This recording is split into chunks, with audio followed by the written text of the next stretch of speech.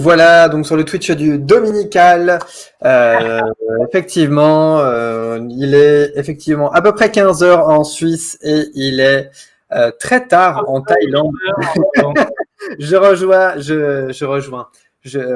Cyril nous rejoint pour ce dimanche. Il est en Thaïlande, il est 20 heures. Merci à toi Cyril de nous accompagner et d'animer cette première partie sur le Twitch de la LFI NUPES Monde. Aucun problème. Bonjour à toi, Gauthier. Et puis bonjour aux auditeurs et à ceux qui vont nous regarder. Je dis auditeurs, mais téléspectateurs, ça marche aussi. Exactement.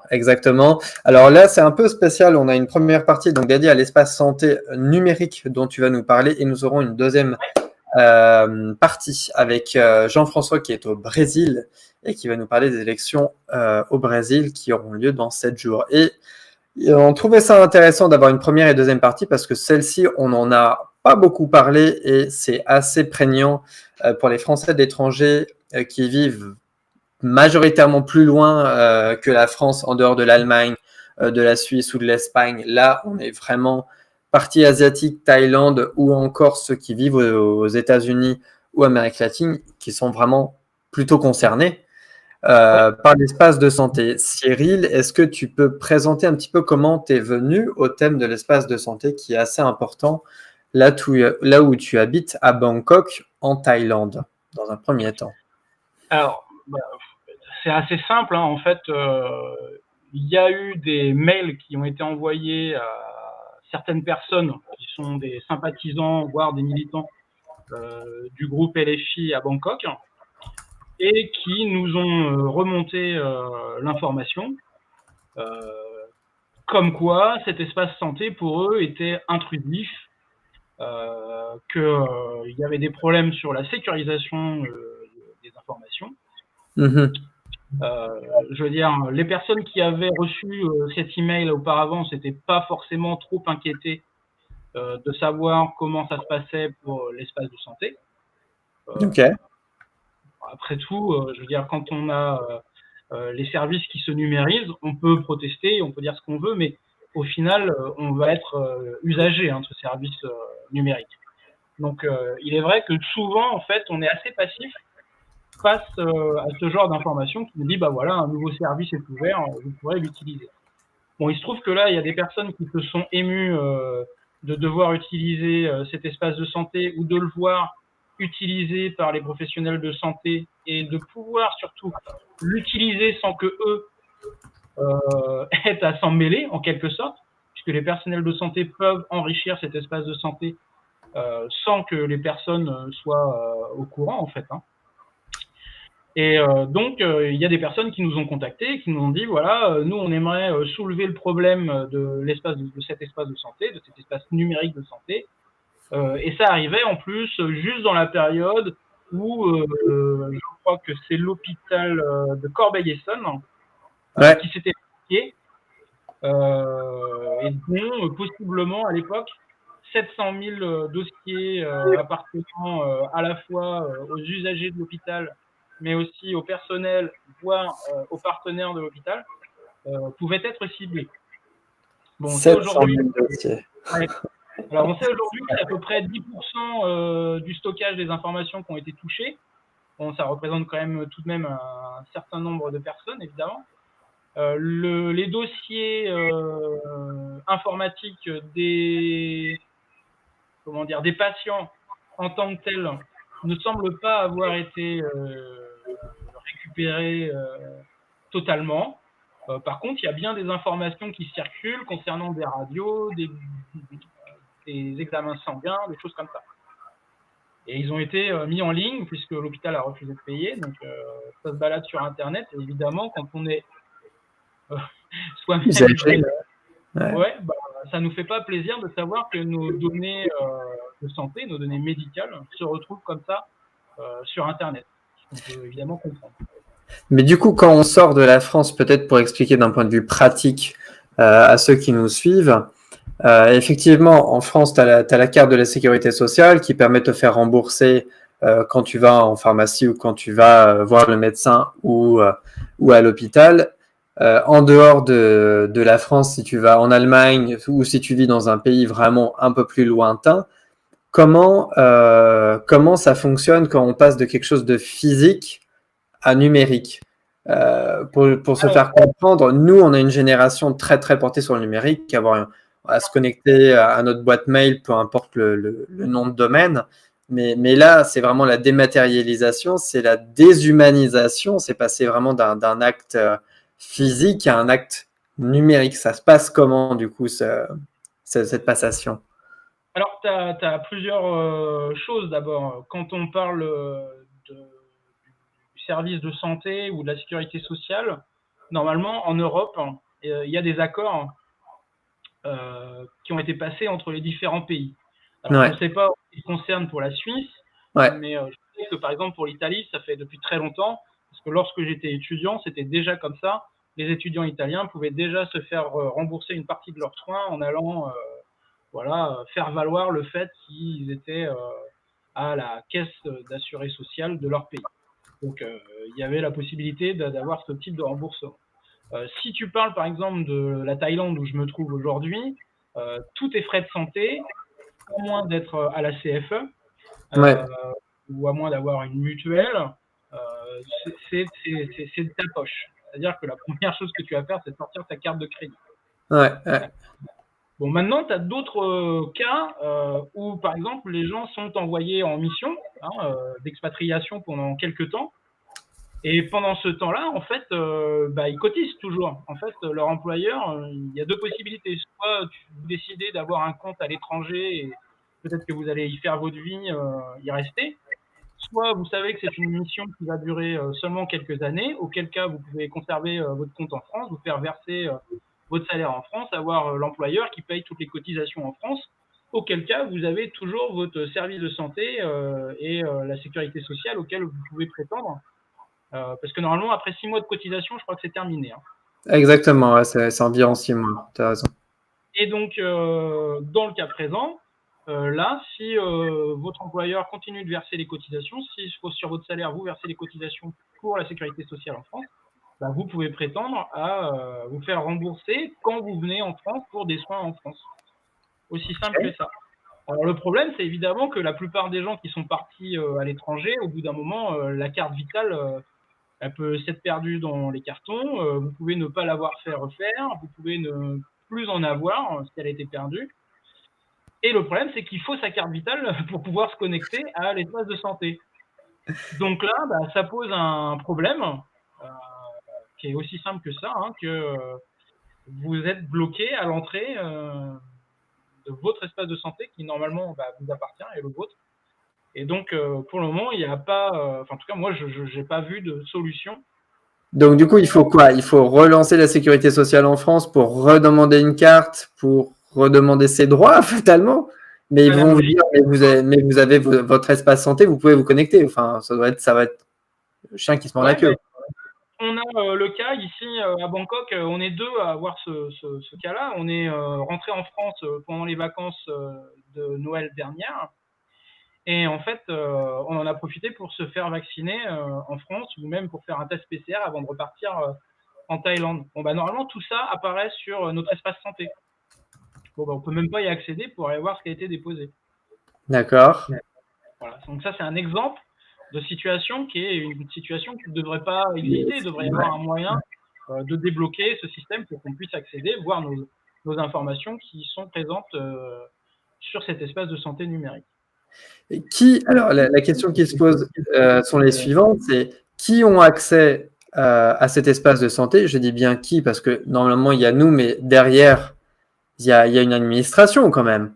Et est-ce qu'il y a des entreprises qui ont accès à ces données? Question, puisqu'on est dans l'ère du tout numérique et on sait que le gouvernement français utilise par extension, fait appel à des entreprises, soit pour du consulting, soit pour du data, soit pour des missions de déploiement numérique.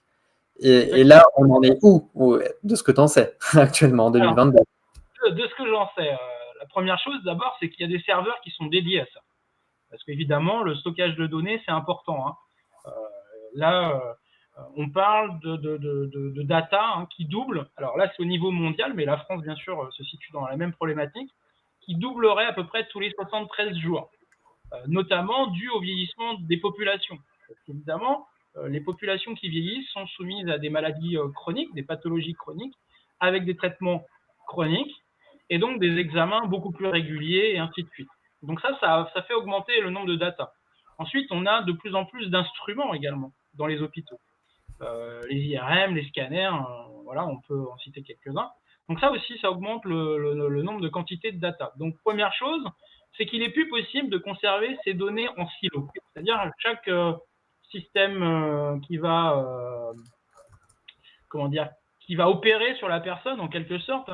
Si on parle d'un laboratoire pour les analyses sanguines ou d'un hôpital ou de votre médecin traitant ou de la pharmacie même qui va vous délivrer les médicaments, bon en fait c'est plus possible que chacun garde sa base de données. Il faut réunir ces informations et il faut les stocker quelque part. Bon, l'idée qui a été choisie ici, c'est un stockage centralisé, un cloud. Donc si on parle d'un cloud, on parle de serveurs, et donc la question qui se pose, c'est qui détient ces serveurs? Est-ce que c'est l'État ou est-ce que c'est une entreprise privée? C'est juste. Ça, c'est la première question qu'on peut se poser. Ensuite, est-ce que ces serveurs sont en France ou est-ce qu'ils sont un peu partout en Europe, voire désormais en Amérique, puisqu'on a vu que Biden tentait de changer les lois pour que de nouveau les données puissent être transférées aux États-Unis. Évidemment, ils veulent pouvoir traiter des données aux États-Unis. Donc là, il y a des questions légitimes de souveraineté en fait de nos données qui se posent et auxquelles normalement l'État, le gouvernement, voilà, les systèmes publics devraient pouvoir répondre. Où sont ces serveurs? Est-ce qu'ils sont accessibles est-ce qu'ils sont à la possession d'entreprises publiques ou privées, enfin de délégations publiques plutôt, parce que ça peut être des services privés, mais de délégations publiques, à mission publique. Et puis, alors, vas-y, continue. Parce que moi, j'allais te poser la question par extension. Quels sont les leviers, du coup, d'action ou qu'est-ce qu'on peut faire, nous, en tant que personne résidant à l'étranger, pour avoir des réponses dessus? Parce que concrètement, ce sont nos données. Et est-ce qu'on doit s'adresser au consulat? Est-ce qu'on doit s'adresser aux députés? Enfin, il y a une question de sécurité, de l'accès à nos données, de la vente de nos données. Enfin, où est-ce que ça va? Qu'est-ce qu'on peut faire? De transparence de l'État. Transparence de l'État. Quand on a été saisi, ce qui s'est passé, c'est que la première chose, j'ai décidé dans le groupe que j'allais regarder ces informations et que, en accord avec tout le monde, on allait écrire un courrier. Donc en fait, j'ai pris la responsabilité d'écrire ce courrier à la députée en charge de la 11e circonscription des Français de l'étranger. Voilà, premièrement, parce que c'est normal, c'est notre députée, même si elle n'est pas de notre camp politique, on doit quand même s'adresser à elle, c'est elle qui nous représente, et en retour, elle doit aussi nous répondre. Hein. Donc on attend ça de sa part. Et puis on a aussi envoyé normalement un courrier par email aux députés de la LFI qui s'occupent des affaires sociales, pour voilà, leur montrer que nous, on soulevait des questions légitimes de la part de certaines personnes du groupe, et que on attendait effectivement que des réponses nous soient apportées. Données, Pas forcément toutes, hein, parce que je ne suis pas sûr qu'ils puissent avoir accès à toutes les informations d'emblée. À mon avis, il faudra peut-être une commission d'enquête pour savoir exactement comment on va se déployer et comment faire en sorte que ce service en ligne numérique soit vraiment accessible au plus grand nombre et respecte la vie privée des gens, parce que c'est avant tout ça, hein, c'est respecter la vie privée des gens et faire en sorte qu'ils soient garants en quelque sorte de ces informations médicales, donc ces informations intimes. Quand on touche au corps des personnes, c'est vraiment quelque chose d'important. Donc nous, on a soulevé ça, ce problème, on a envoyé un courrier, maintenant on attend des réponses, on ne sait pas quand est-ce qu'elles vont venir. Moi, je pense que les personnes qui s'inquiètent de leurs données médicales et qui ne peuvent pas y accéder actuellement parce qu'ils n'auraient pas de carte vitale ou qu'ils l'auraient perdue, peu importe, peuvent s'émouvoir et peuvent envoyer un courrier à leurs députés et demander des explications et demander des solutions. Qu'est-ce qu'on peut demander pour peut-être un peu aider les Français de l'étranger qui s'y intéresseraient, puisque ça les concerne de prime abord? qu'est-ce qu'on peut demander à un député au-delà qu'il ne soit pas du bord des mêmes idées, même si parfois on peut se rattacher d'un point de vue pratique. Voilà, bon, peut-être voilà, avec un macroniste, d'un point de vue pratique, il va expliquer que pour la connexion, il vous faut un mot de passe, il vous faut votre carte vitale. Vous n'avez pas votre carte vitale, adressez-vous au service du consulat. Le consulat va s'adresser au gouvernement français, etc. Bon, bref, on en a pour 2 mois, 3 mois. Et qu'est-ce qu'on lui demande concrètement pour avoir des réponses? Si c'est niveau urgent, si ça touche le cœur, si ça touche peu importe les organes, en fait. On demande quoi? Qu'est-ce que tu as dit dans cette lettre? Alors, moi, je me suis borné pour le moment à des questions techniques Ouais. et de vie privée. On n'a pas abordé le cas de ce problème où on pouvait avoir une impossibilité d'avoir accès à l'espace. La D'accord. première chose qui nous a semblé importante, c'est d'abord de soulever les problèmes que posait le système en lui-même. Voilà. Maintenant, pour les personnes qui seraient concernées par effectivement une perte de carte ou l'impossibilité d'accéder au système, je pense que la première question qu'ils peuvent demander, c'est d'avoir un système de secours. Oui, C'est-à-dire par qu'il y aurait exemple. le moyen de secours qu'on puisse mettre en place pour permettre aux gens qui n'ont pas les documents adéquats de pouvoir se connecter. Je veux dire, il y a un système qui a été mis en place qui est encore assez compliqué à utiliser, qui s'appelle France Connect. France Connect, parlons-en, allez-y. Voilà, donc France Connect, c'est un système en fait qui permet normalement de pouvoir connecter tous les services numériques, services publics numériques. Hein. Et Ouais. le problème, c'est qu'évidemment, il vous faut encore des numéros de connexion et ainsi de suite. Et en fait, c'est toujours le même problème. C'est-à-dire qu'à un moment donné, il faut, on a l'impression qu'on a besoin d'avoir un master pour réussir à se connecter à ces outils. Bon, quand on est d'un certain niveau d'études, ça pose pas et qu'on a un certain âge, hein, voilà, je pense que quand on a entre 20 et 45 ans aujourd'hui, ça pose pas trop de problème de s'attaquer à ces problèmes-là et de trouver les documents et de faire ces démarches, même si ça prend du temps. Mais si on commence à parler à des générations de personnes qui ont plus de 50 ans, qui sont aujourd'hui retraités ou qui n'ont pas accès à Internet régulièrement, qui n'ont pas d'équipement informatique très poussé chez eux, bon, ça va être compliqué. Et voilà, l'idée d'un France Connect simplifié qui permettrait d'accéder à tous ces services publics, bon, ça serait aussi une idée. Et peut-être utiliser une sorte de version de France Connect pour accéder à son espace numérique de santé, il me semble que ça pourrait être une voie de secours possible. Maintenant, je ne suis pas technicien du système et je pense qu'il y a des personnes qui viendraient me dire non, il faudrait plutôt conserver le système isolé.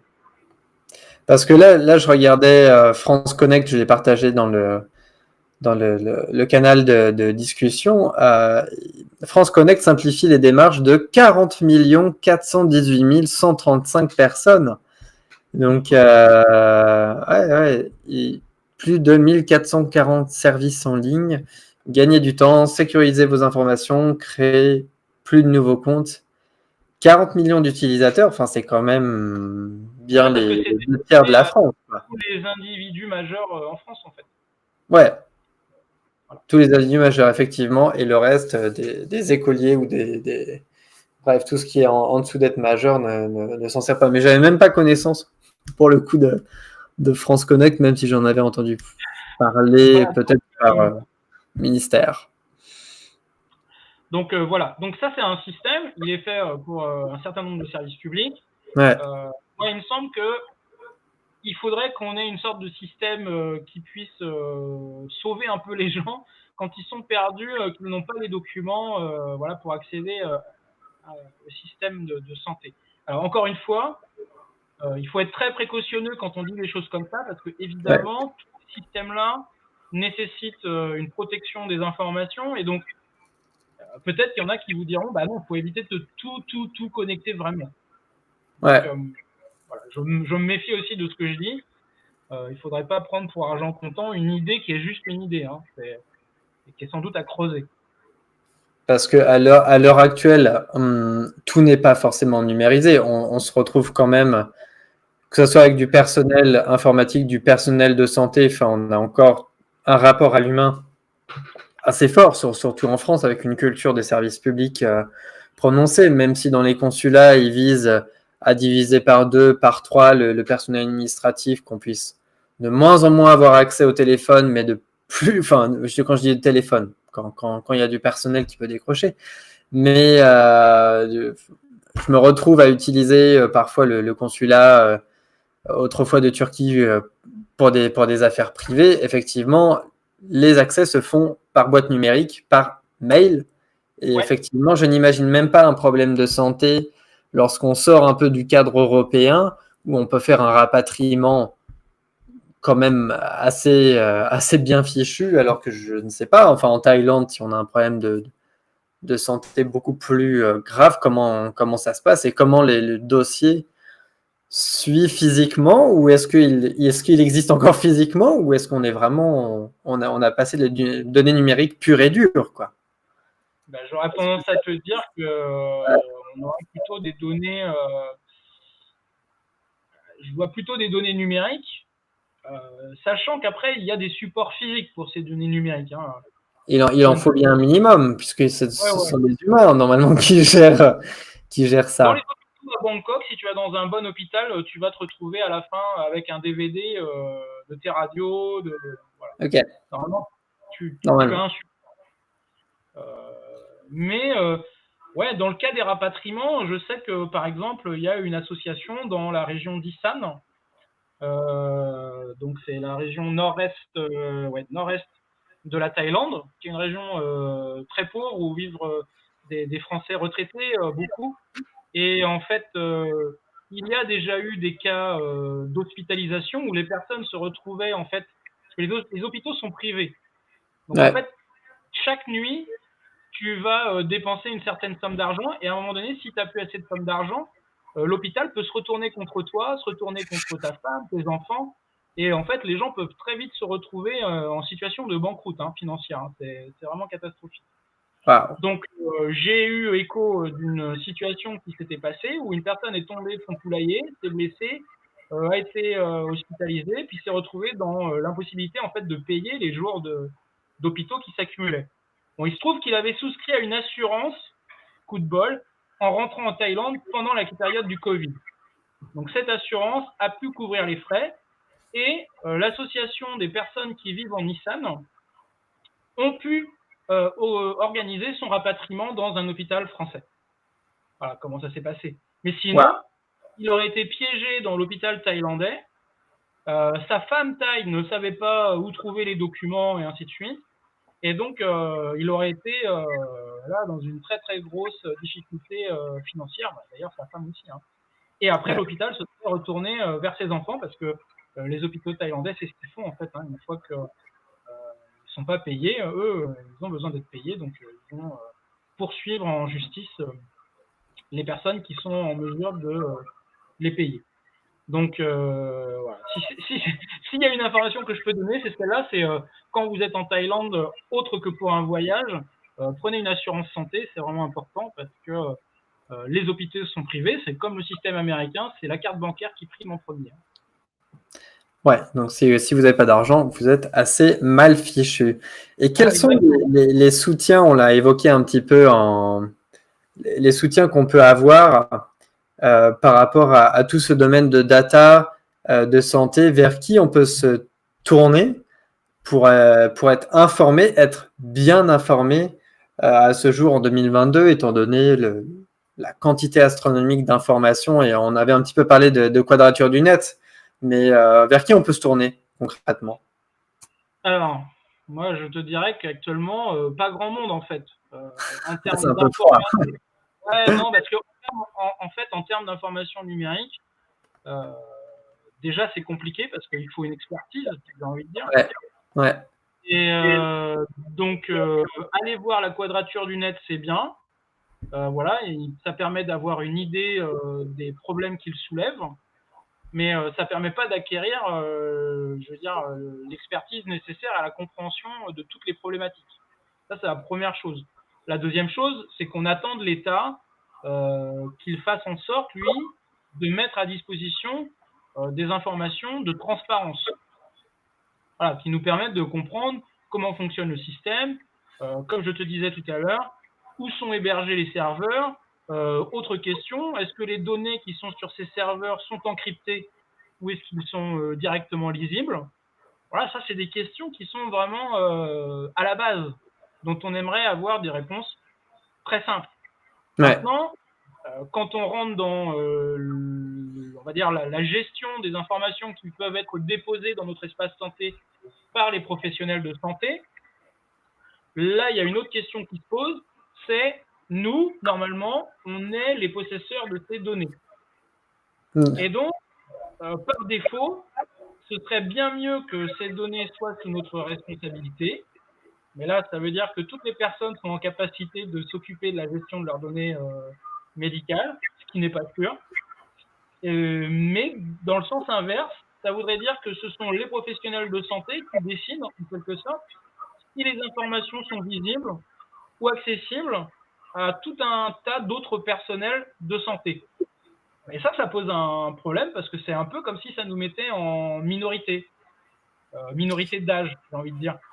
Ouais, notamment. Mais alors, on se trouve confronté à... On est dans un hôpital privé. L'hôpital privé garde tes données. Et donc, du coup, il est soumis à une vente aux enchères. Est-ce que c'est un peu cru ce que je viens de dire, mais est-ce qu'il peut le faire? Enfin, moi, j'ai un hôpital privé à côté de moi. Est-ce qu'il peut vendre aux enchères mes données? Question. Normalement, non. Ça, normalement, non. Évidemment qu'il va y avoir peut-être même que ça a commencé, il va y avoir du démarchage pour le traitement des données. Il y a deux raisons à ça. La première, Je vois c'est... venir, je vois venir complètement où tu veux en dire, mais termine ta phrase, ça va être très difficile. Ouais. En fait, tu as deux voies. Tu as la possibilité d'avoir d'abord un traitement public de l'information des données médicales qui vont être anonymisées et ainsi de suite. Ça, c'est, j'ai envie de dire, on est en train d'y aller, on est en train de courir vers ça, hein, le big data et le traitement des informations. Évidemment, ça requiert donc de l'anonymisation, un stockage de données sécurisé, et ainsi de suite. Et puis, tu as une deuxième voie qui est celle d'un moyen de financement pour les hôpitaux, en fait, ni plus ni moins que ça. Mais dans ces cas-là, ça veut dire que c'est à eux d'anonymiser les données. Voilà, c'est aussi simple que ça. Ils Pour sont pas vendre, obligés de le faire. non, ils sont pas obligés, mais ça serait mieux. Oui, Pour oui, vendre oui, oui. à des entreprises privées, par exemple, qui feraient le même type de travail qu'un système public, hein, mais cette fois-ci, pour trouver des traitements qui répondraient à des problématiques épidémiologiques qui apparaîtraient dans le traitement de ces données de masse. Et donc, en fait, les labos, par exemple pharmaceutiques, pourraient acheter le traitement de ces données, eux, plutôt le résultat, quoi, pour ensuite définir des lignes de recherche où ils produiraient tel ou tel médicament qui présente un intérêt financier et pharmaceutique et évidemment dans le traitement des, des maladies chroniques, hein, mais évidemment qui verraient un intérêt directement à voir des gros paquets sur lesquels ils pourraient investir massivement pour développer des médicaments, des traitements. Ce que ne fera pas ou ce que ferait moins l'établissement public, si j'ai envie de dire. L'établissement public, lui, il aurait tendance à essayer de regarder un peu quelles sont toutes les pathologies, hein, et voir en termes d'épidémiologie, est-ce qu'il y a telle localisation en France, par exemple, si on parle de la France, est-ce que, par exemple, si je vais en Loire-Atlantique, je vais trouver plus de cancers dus à l'amiante ou des choses comme ça? Bon, normalement, la réponse est oui. Hein. Voilà. Est-ce que si Oui. dans les Hauts-de-France, je vais trouver une consommation plus élevée, des maladies liées à la consommation plus élevée d'alcool et de cigarettes, hein, comme on le dit souvent dans les médias. Voilà. Donc là, tu vois, tu as deux voies possibles. Tu as une voie qui est de dire, mais attendez, j'ai un système de recherche publique qui fonctionne, qui pourrait accéder à ces informations, qui donc là serait dans un cloud, et non pas seulement dans les hôpitaux, hein, parce que le système de santé ici, c'est de centraliser toutes les informations dans un espace qui serait ton espace, mais qui pour le coup serait dans le cloud, hein, serait décentralisé, Moi, je préférerais par exemple que les informations soient décentralisées. Ça, c'est peut-être mon côté un peu anard, mais Idéalement, oui, idéalement. on Bah, pourrait avoir un stock de données qui est à nous, qu'on puisse stocker sur notre PC ou sur le smartphone. Bon, sur le smartphone, ça paraît plus compliqué, mais en tout cas d'avoir un client sur le smartphone, par exemple, et les données stockées sur notre ordinateur ou des choses comme ça, bah, ça pourrait être peut-être, comment dire, plus safe, plus secure, parce que en cas de hacking, bah, c'est ton ordinateur qui est hacké et c'est tes données à toi, c'est pas les données de voilà, de possiblement. milliers d'utilisateurs, effectivement, ouais, ça Donc, permet. Ouais, je vois où tu vas en venir, effectivement. voilà. Donc ça, c'est des questions qui se posent réellement. Hein, je veux dire, et on va sans doute y arriver parce que on voit bien qu'aujourd'hui les hôpitaux ont du mal à avoir des financements publics. C'est pas que en France. Euh, que c'est pas pour le moment le penchant libéral, néolibéral ne permet pas de maintenir les services publics, on va dire, en termes d'activité et en termes de fonctionnement dans un bon Ouais. état. Et je pense que ça va être des choses qui vont être poussées par les États néolibéraux, c'est-à-dire de dire, essayer de trouver des sources de financement. Voilà. Et donc, évidemment, là, tu as un côté éthique quand même hein, qui est important. Donc, c'est pour ça que je te parlais tout à l'heure de l'anonymisation des données. Ça paraît évident que les données, elles ne doivent pas pouvoir être accessibles avec le nom, le prénom, le numéro de sécurité sociale et ainsi de suite. Ça, c'est pas possible. On ne peut pas imaginer quelque chose comme ça. Ça aurait Mais, été intéressant de pouvoir comparer, en fait, lorsqu'un Allemand va à l'étranger, quelqu'un des États-Unis va à l'étranger, comment est géré les espaces de données de santé, alors que le cloud et le big data, de manière générale, c'est un peu le nerf de la guerre. Enfin, l'information, les énergies, la santé sont les nerfs de la guerre de nos générations à nous, bien sûr, génération Internet. Et effectivement, c'est assez inquiétant ou porteur d'espoir d'une autre manière, mais c'est encore une fois qui gère ces bien données-là. sûr. On arrive très rapidement sur les 10 dernières minutes. Le temps passe cruellement vite à chaque fois et je veux toujours déborder, mais c'est moi qui fais l'animateur et j'en ai cette responsabilité-là. Ok, on a un espace de santé, on sait que nos données sont gérées d'une certaine manière, avec une certaine relation, que ce soit par rapport au consulat, par rapport au gouvernement, et que la difficulté d'accès générationnel, effectivement, se pose par Ouais. rapport à ce que nous savons et ce que nous ne savons pas. Est-ce que, je vais peut-être un petit peu loin, mais est-ce que dans le programme de la France Insoumise, de la NUPES, est-ce qu'il y a encore des choses qu'on pourrait apporter? Est-ce qu'il y aurait des critiques constructives qu'on pourrait apporter par rapport à cet espace de santé dont on n'a pas encore toutes les clés en main? Qu'est-ce que tu aimerais, toi, porter idéalement pour les Français de l'étranger, voilà, qui peuvent se poser des questions, pas forcément d'accord avec nous, mais au bout d'un moment, on a un problème de santé. Et qu'est-ce qu'on Alors, pourrait apporter de constructif? Si tu peux résumer ça dans ta dernière intervention, par rapport bah, à ce que toi, tu as vu. je vais essayer de faire une sorte de synthèse. Une C'est-à-dire que synthèse, voilà, cette synthèse que tu peux amener.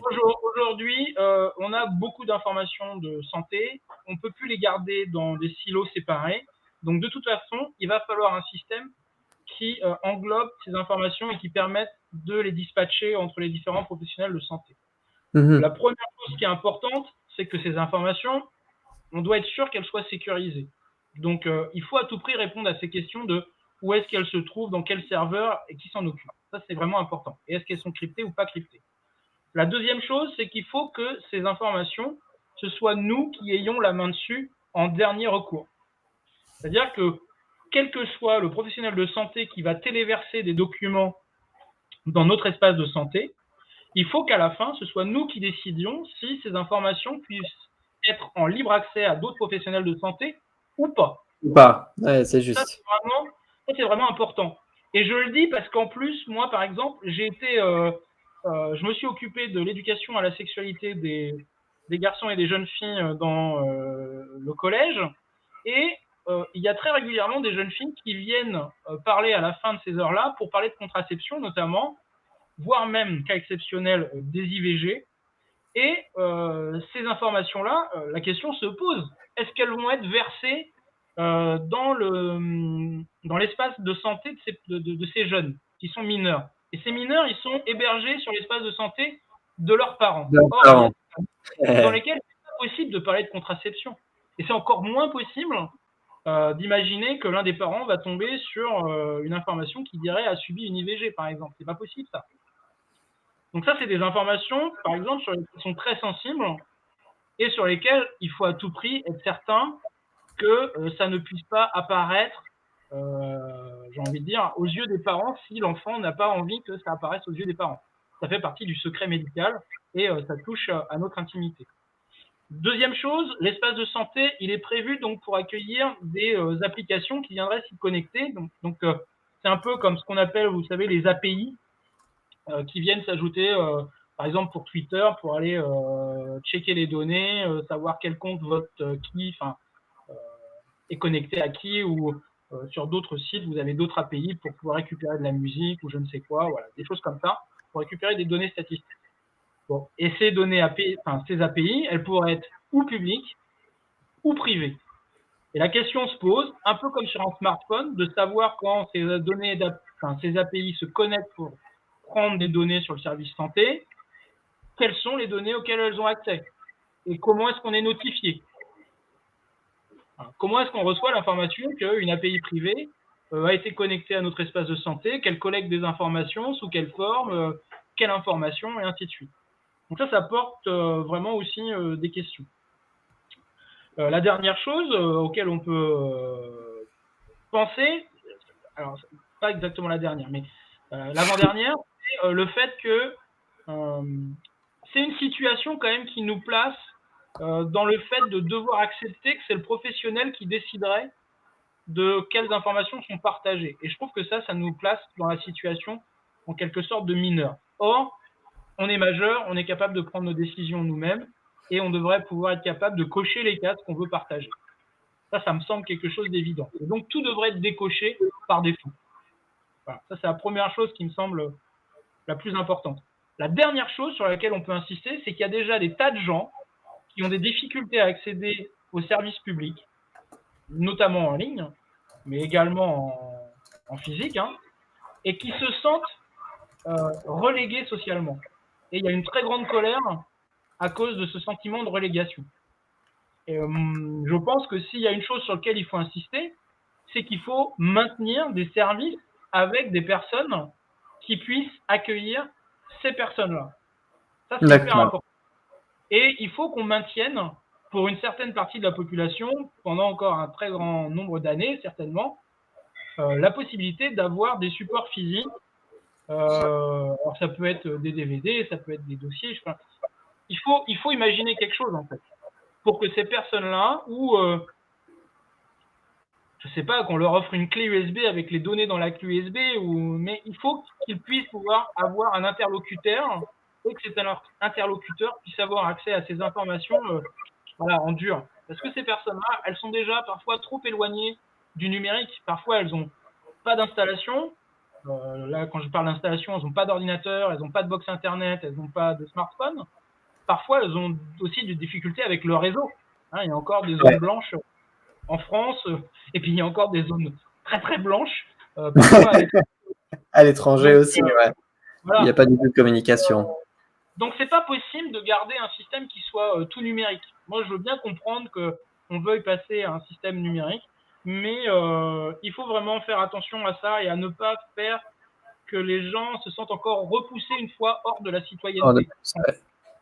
Ça mériterait, ça fait une très bonne synthèse et on va pouvoir passer à la seconde partie. Et ça fait une bonne synthèse en disant, voilà, il faut encore une fois un pôle public tant de l'information que de la santé et encore une fois du personnel qualifié en consulat pour mettre en bonne connexion tant les services publics de l'étranger que les milieux consulaires, que tous les ressortissants français et toutes les Françaises et les Français soient informés de leurs droits et qu'ils aient accès vraiment à un service de qualité, de santé, d'information et lorsqu'on est vraiment à l'étranger.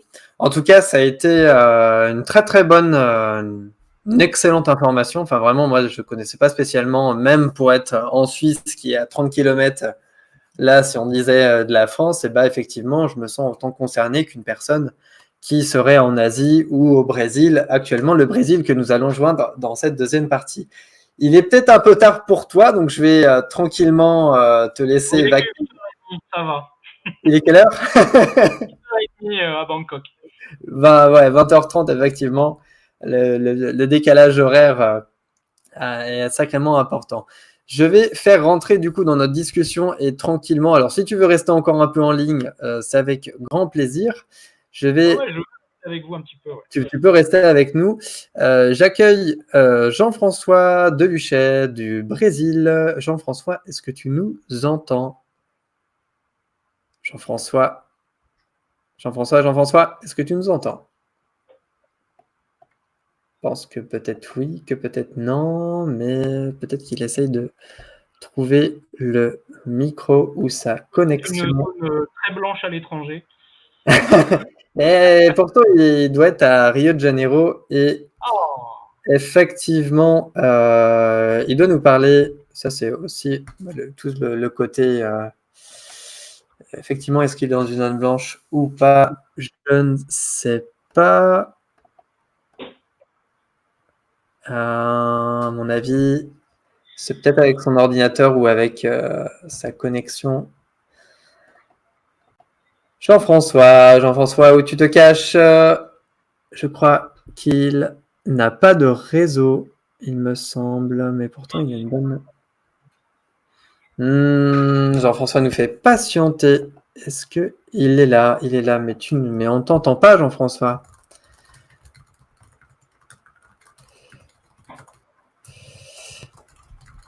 Alors, nous faisons patienter dans ce moment. Il sort et il va revenir. Mais en tout cas, la circonscription de la 11e des Français de l'étranger est très, très représentée. Je vais faire un peu patienter. L'Asie, enfin, votre circonscription représente plus de 40 pays, hein, sauf erreur de ma part. Ouais, c'est très vaste. C'est très, très vaste. Très vaste, ouais. Alors, Jean-François arrive. Il arrive à se connecter, mais on ne le voit pas, on ne l'entend pas. Alors, j'ai cru entendre un son. Oui, peut-être. Reste, Jean-François, tu vas y arriver. Ah, on y arrivera au bout d'un moment, sans aucun doute. Donc j'imagine qu'il voulait nous parler de l'élection. Les élections au Brésil, alors on va entamer un peu la discussion, même si on en est un peu loin. Effectivement, nous sommes à 7 jours des élections au Brésil, donc on est dans un deuxième tour de Lula contre Bolsonaro. Lula était à 47 ou 48% dans ce premier tour, ce qui était assez important. Bolsonaro était à... Alors, on retente encore cette fois. Jean-François, oui, c'est un début. Mais ça ne fonctionne toujours pas. Je ne sais pas. Sinon, Jean-François, tu peux te connecter si tu nous entends avec ton téléphone. Je vous entends et je vous vois. D'accord. Nous, Jean-François, on t'entend. On t'entend pas ou peu, mais on te voit pas. Il y a un truc qui se passe. Tu essayes de te connecter. Nous, on t'entend. Oui, bon, bah, on va continuer.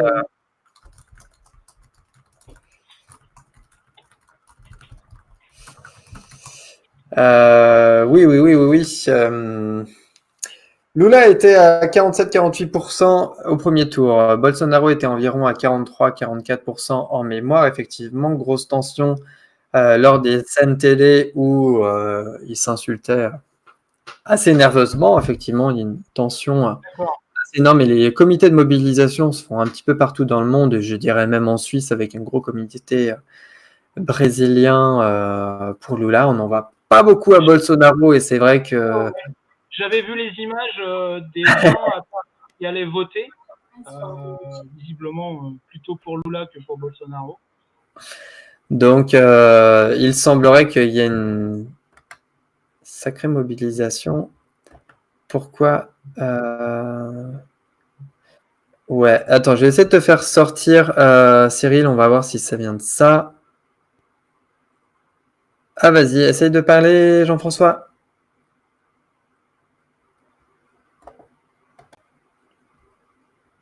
Non, ouais, toujours pas du tout. Non, on n'a toujours rien, Jean-François. Je ne me l'explique pas. Malheureusement, c'est le problème du live.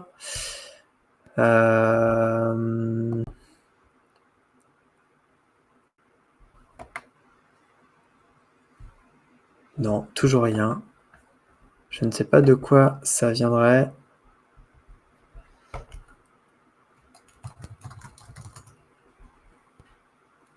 Alors, nous sommes en train de régler effectivement. Nous sommes en train de régler tant la caméra que les problèmes. On essaye de régler un des petits problèmes de connexion de notre ami.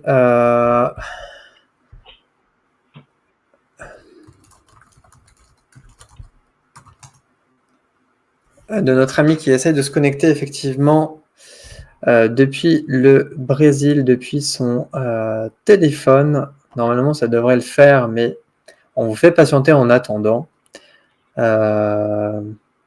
C'est sûr que c'est un peu difficile de gérer tant la technicité que, que de gérer des connexions au Brésil, sur lequel Jean-François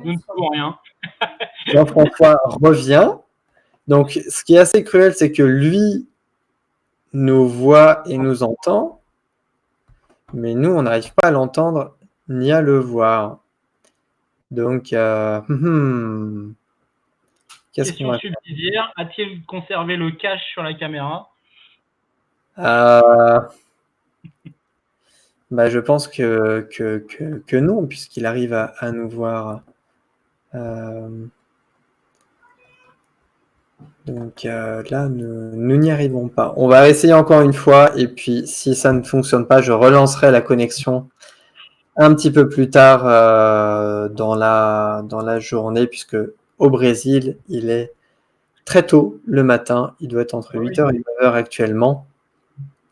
Donc on va essayer une dernière fois. Et si ça ne joue pas, et bah, on fera une petite pause pour s'y remettre un peu plus tard.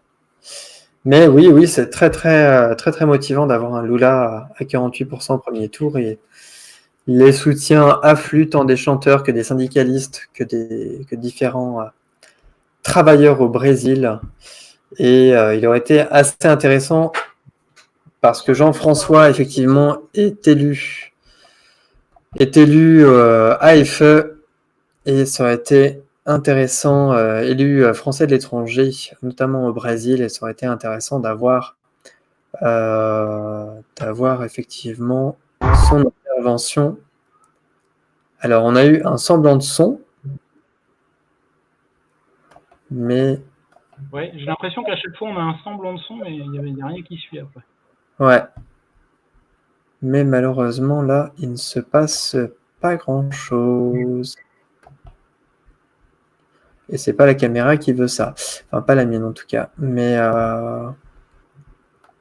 bon, bah on va réessayer plus tard. Tant pis pour cette fois. On va pas vous faire patienter pour les personnes qui sont connectées aussi. On va pas vous faire patienter plus longtemps, et on verra ça avec Jean-François peut-être un peu plus tard dans la journée. On fera une reconnexion et refaire un live. Puis si tu as envie de venir, bah, tu viens, tu seras le bienvenu en tout cas. On va vous laisser là. On va se reparler avec Jean-François. Merci de ta patience et de ton intervention, Cyril. Jean-François, si tu nous entends, eh bien, nous te reprendrons dans les 30 prochaines minutes, 40 minutes. On va faire une pause et on va se reconnecter et on va essayer de régler ce problème-là. Voilà, je vous remercie. C'est plaisir de te parler, mais visiblement, ça ne sera pas. Et puis, on reprendra ça plus tard. Merci en tout cas. Salut Cyril. Bonne soirée à vous. Et bonne journée. Et peut-être à tout de suite. On ne sait pas. On va voir.